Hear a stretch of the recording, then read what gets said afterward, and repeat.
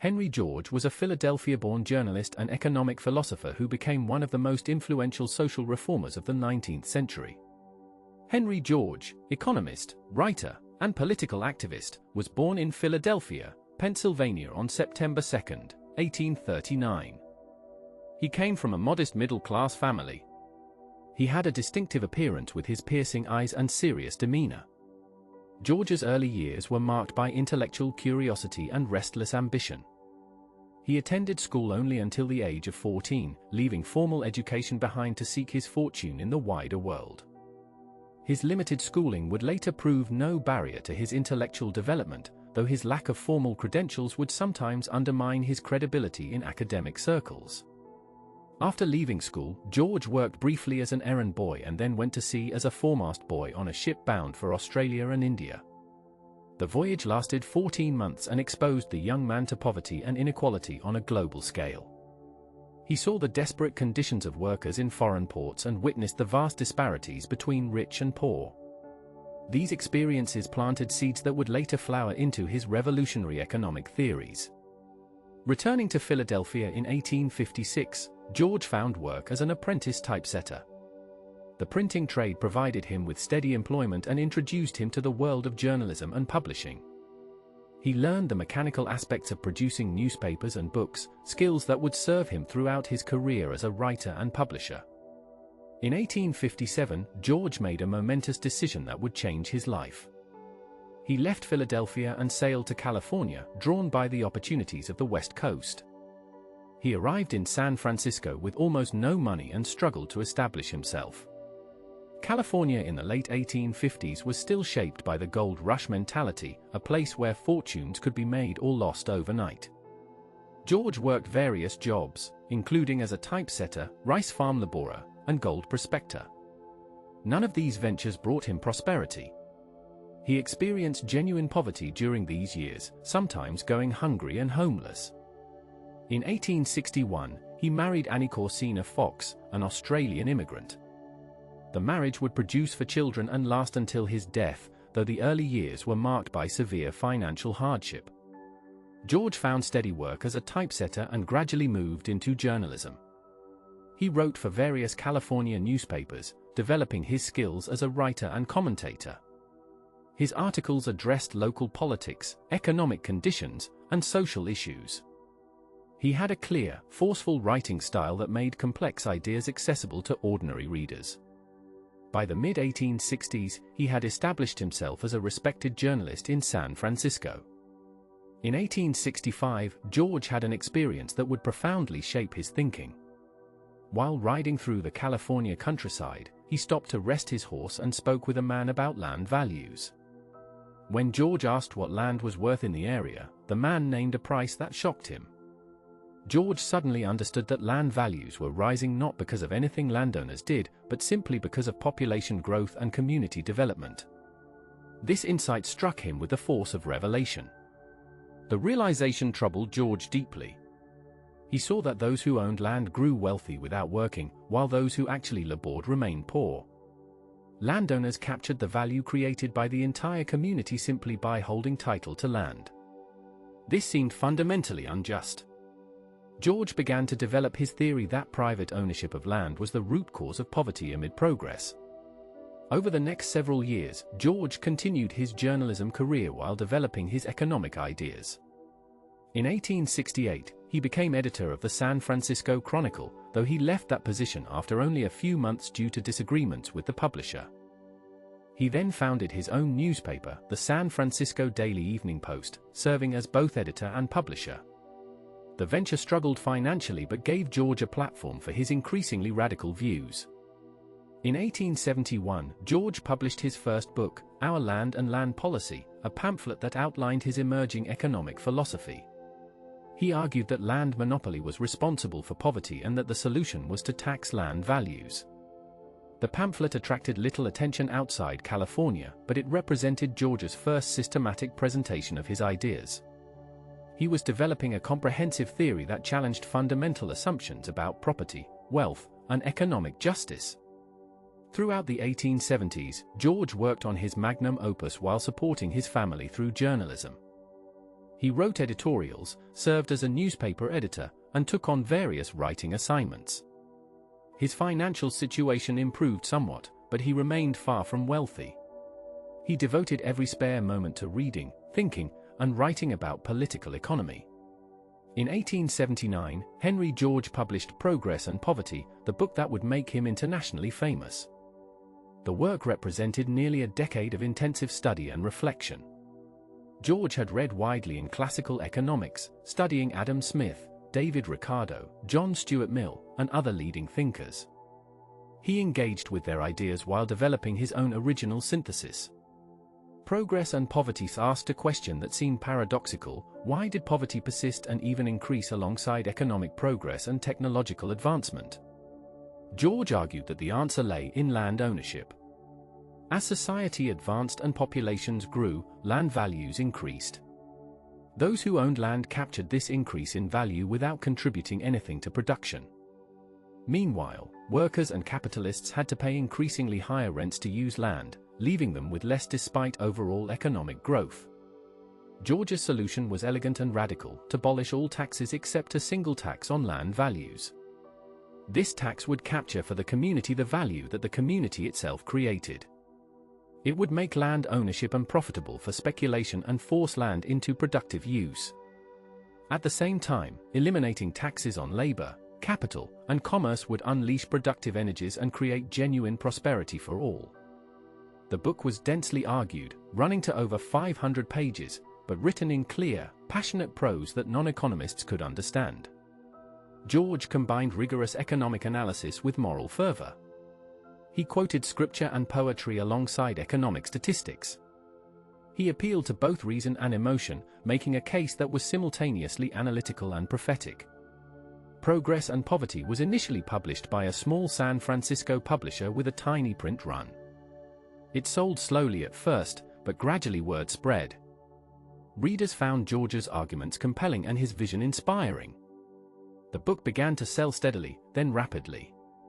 Within a few years, it had sold hundreds of thousands of copies and been translated into multiple languages. It became one of the best-selling books of the 19th century, outsold only by the Bible in the English-speaking world during the 1890s. The book's success transformed George's life. He became a celebrity, invited to speak across America and Europe. Working people embraced his ideas enthusiastically. They saw in George's single tax a path to justice and prosperity. Labor unions, social reform movements, and progressive political organizations adopted his theories. George had struck a chord with millions who felt the economic system was rigged against them. In 1880, George moved to New York City, which would remain his base for the rest of his life. He continued writing, publishing articles and books that expanded on his economic theories. He also became increasingly involved in political activism, believing that his ideas needed to be implemented through democratic political action. In 1886, George ran for mayor of New York City as the candidate of the United Labor Party. His campaign electrified the city. He drew enormous crowds to his speeches.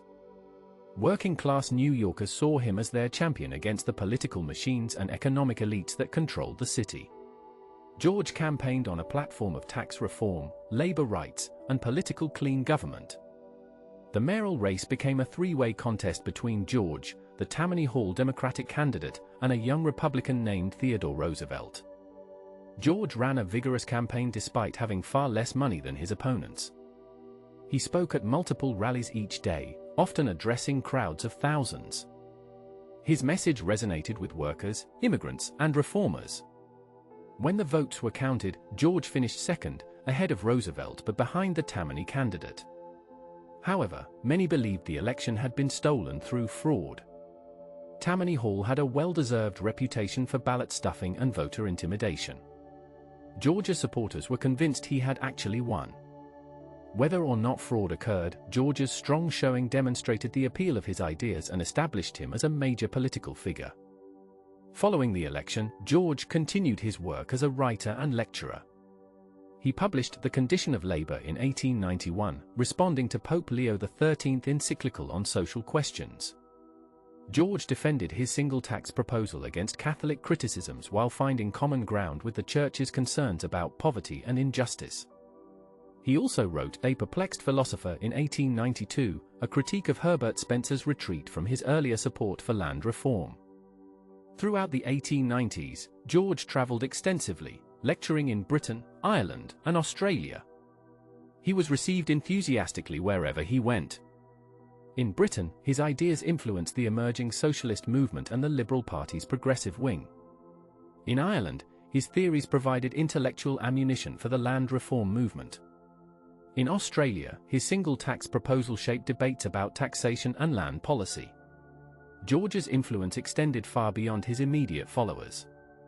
His ideas affected economists, politicians, social reformers, and ordinary citizens around the world. Leo Tolstoy praised his work. Sun Yat-sen, the founder of modern China, studied his theories. Progressive reformers in America and Europe drew on his analysis even when they did not fully embrace his single tax solution. George had fundamentally changed how people thought about land, wealth, and economic justice. Yet George also faced serious criticism. Academic economists generally rejected his theories, arguing that he misunderstood the nature of rent and oversimplified the causes of poverty. They pointed out that the single tax would not raise sufficient revenue to fund government operations. They questioned whether taxing land values would really solve the problem of poverty. Socialists criticized George from the left, arguing that his single tax did not go far enough. They wanted to abolish private property in all means of production, not just land. They saw George's proposal as a half measure that would leave capitalism's fundamental problems intact. George, in turn, rejected socialism, arguing that public ownership of capital would create inefficiency and tyranny. Conservatives attacked George for threatening property rights and promoting radical redistribution. They argued that landowners had legitimate claims to their property and that George's tax would amount to confiscation. They warned that his ideas would destroy incentives for improvement and lead to economic chaos. George defended himself vigorously against all these criticisms, but he could not build a lasting political movement around his ideas. Despite the popularity of his books and the enthusiasm of his supporters, George's single tax was never implemented anywhere in pure form. Some cities adopted limited versions of land value taxation, but these were modest reforms rather than the fundamental transformation George envisioned. The political obstacles proved insurmountable. Landowners had too much power, the idea was too radical, and alternative reform movements offered competing visions. In 1897, George decided to run again for mayor of New York City. He was 60 years old and in poor health, but he felt compelled to make one more attempt to advance his cause. His doctors warned him that the strain of campaigning could kill him. George replied that he would rather die fighting than live inactive. He threw himself into the campaign with his characteristic energy and passion. The campaign was grueling. George spoke at multiple events each day, often addressing large crowds in the open air. He attacked political corruption and economic injustice with undiminished fervor. His health deteriorated visibly as the campaign progressed. Friends and family begged him to rest, but he refused. He believed this was his last chance to achieve his goals through democratic politics. On October 28, 1897, just days before the election, George suffered a stroke. He died early the next morning, October 29, at the age of 58. His death shocked his supporters and saddened even his opponents. He had literally worked himself to death in pursuit of his vision of economic justice. George's funeral was attended by tens of thousands of people. Working men and women lined the streets as his coffin passed. Labor leaders, politicians, and reformers eulogized him as a champion of the people. He was buried in Greenwood Cemetery in Brooklyn. In death, as in life, George was honored by ordinary people who saw him as their advocate against privilege and injustice. George's legacy is complex and enduring. His single tax was never fully implemented, and his specific policy proposal is largely forgotten today. Academic economics moved in directions that left his theories behind. Yet his influence persisted in indirect and unexpected ways. Progressive-era reforms like the income tax and inheritance tax reflected his insight that unearned wealth should be taxed more heavily than labor. Land value taxation was adopted in modified forms in various places, from Pittsburgh to Australia to Hong Kong. Urban planners and economists continued to recognize that land values reflected community-created value rather than individual effort. George's critique of land speculation and his analysis of how land monopoly contributed to inequality remained relevant. More broadly, George helped establish the idea that economic systems should be judged by their moral consequences. He insisted that poverty amid progress was not inevitable but resulted from unjust institutions. He argued that economics was fundamentally about ethics and that economic arrangements should serve human flourishing. These ideas influenced generations of reformers and social critics.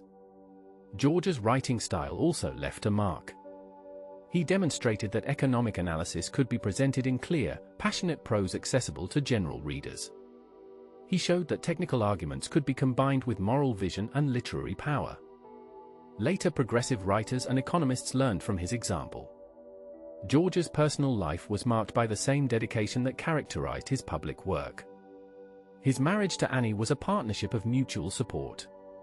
She believed in his mission and endured years of poverty and uncertainty while he developed his ideas. Their children grew up in modest circumstances despite their father's eventual fame. George remained a man of simple tastes and modest means even after progress and poverty brought him recognition. Throughout his life, George maintained his integrity and independence. He could not be bought or intimidated. He refused to compromise his principles for political advantage or financial gain. This moral authority gave power to his words and attracted followers who trusted his sincerity. Unlike many reformers, George practiced what he preached, living simply and devoting his resources to advancing his cause. Modern historians have reassessed George's contributions more favorably than the academic economists of his own time did. They recognize him as an original thinker who identified real problems in the economic system. They acknowledged that his analysis of land values and economic rent contained important insights. They credit him with influencing progressive reform movements even when his specific proposals were not adopted. Economic historians note that George's question about poverty amid progress remains relevant. In the 21st century, as in George's time, technological advancement and economic growth coexist with persistent poverty and rising inequality. Land values in major cities have soared, enriching property owners while making housing unaffordable for workers.